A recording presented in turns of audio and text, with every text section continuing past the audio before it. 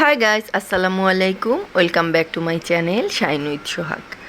তো চলে এলাম নতুন আরও একটি ভিডিও নিয়ে।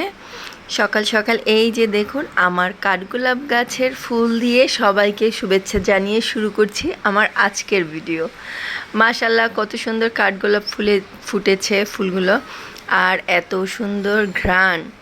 মানে ওই কর্নারটায় যেখানে আমার কাঠগোলাপ গাছটা আছে সেখানটা তো ঘ্রাণে একদম খুব সুন্দর। আর এখানে দেখেন এই যে কলমি শাক হয়েছে, কলমি শাকের ফুল ফুটেছে। মাশাআল্লাহ, ফুলটা এত সুন্দর, আমি আগে কখনো আসলে কলমি ফুল এরকম দেখিনি।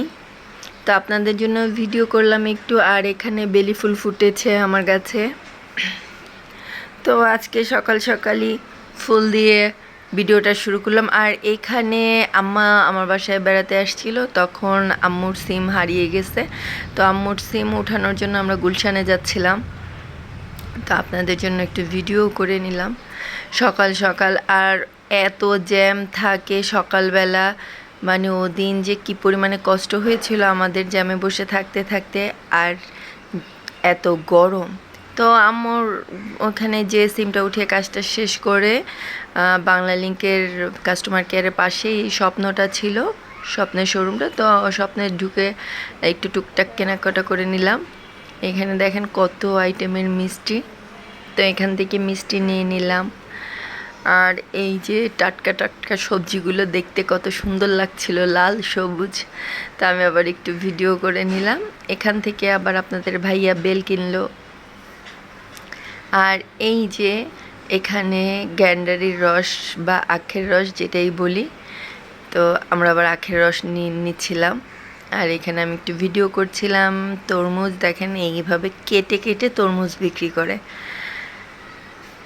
আমি আগে কখনো দেখিনি তরমুজ এভাবে কেটে বিক্রি করতে, তাই একটু ভিডিও করে নিলাম। আর এই যে দেখুন এখানে কত সুন্দর আখের রস করছে। আমরা যেমন বাইরে খাই সেটা তো আসলে স্বাস্থ্যসম্মত না, একদম ওপেনে কিভাবে করে। আর এটা কিন্তু আমার কাছে খুবই ভালো লাগছে, স্বাস্থ্যসম্মত মনে হয়েছে, খুব সুন্দর। স্বপ্নের এই আখের রসের এটা খুবই ভালো লাগছে। আর আখের রসটাও এত মিষ্টি ছিল, খুবই মজা ছিল। তা আমি আবার নতুন এটা আগে বাহিরে দেখে আসছিলাম, থাইল্যান্ডে দেখে আসছিলাম। তো বাংলাদেশে আমাদের এই ফার্স্টই আমি দেখলাম। তো আমি আবার একটু ভিডিও করলাম। তো এই কাজটা শেষ করে বাসায় চলে আসছি। আর ওই বললাম মা ওদিন এত গরম ছিল, তো বাসায় এসে গাছের থেকে পুদিনা পাতা ছিঁড়ে নিয়ে আসছি, আর লেবু কেটে নিয়েছি,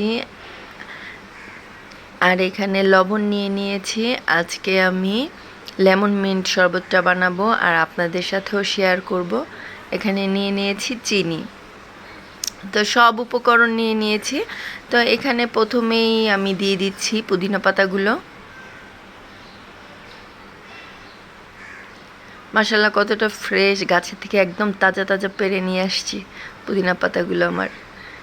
আর দিয়ে দিচ্ছি লবণ পরিমাণ মতো, হালকা। আমার কাছে এই শরবত টরবতকে হালকা একটু লবণ না দিলে না কেন জানি ভালো লাগে না।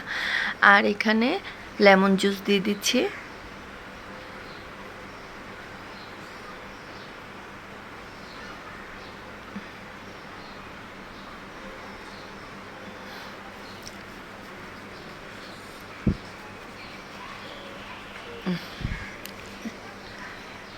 এখানে আমি প্রায় 1 মুঠোর মতো পুদিনা পাতা নিয়েছিলাম আর 2টা লেবু নিয়েছিলাম। আমার জারটা তো দেখতেই পাচ্ছেন, আমার জারটা এখানে 4 গ্লাস শরবত একদম হয়ে যায়।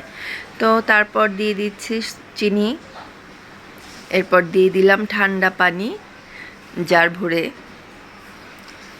ব্লেন্ডার করে নিচ্ছি সব কিছু একসাথে। কালারটাই দেখবেন কত সুন্দর কালার আসে, আর খুবই কিন্তু রিফ্রেশ এই শরবতটা।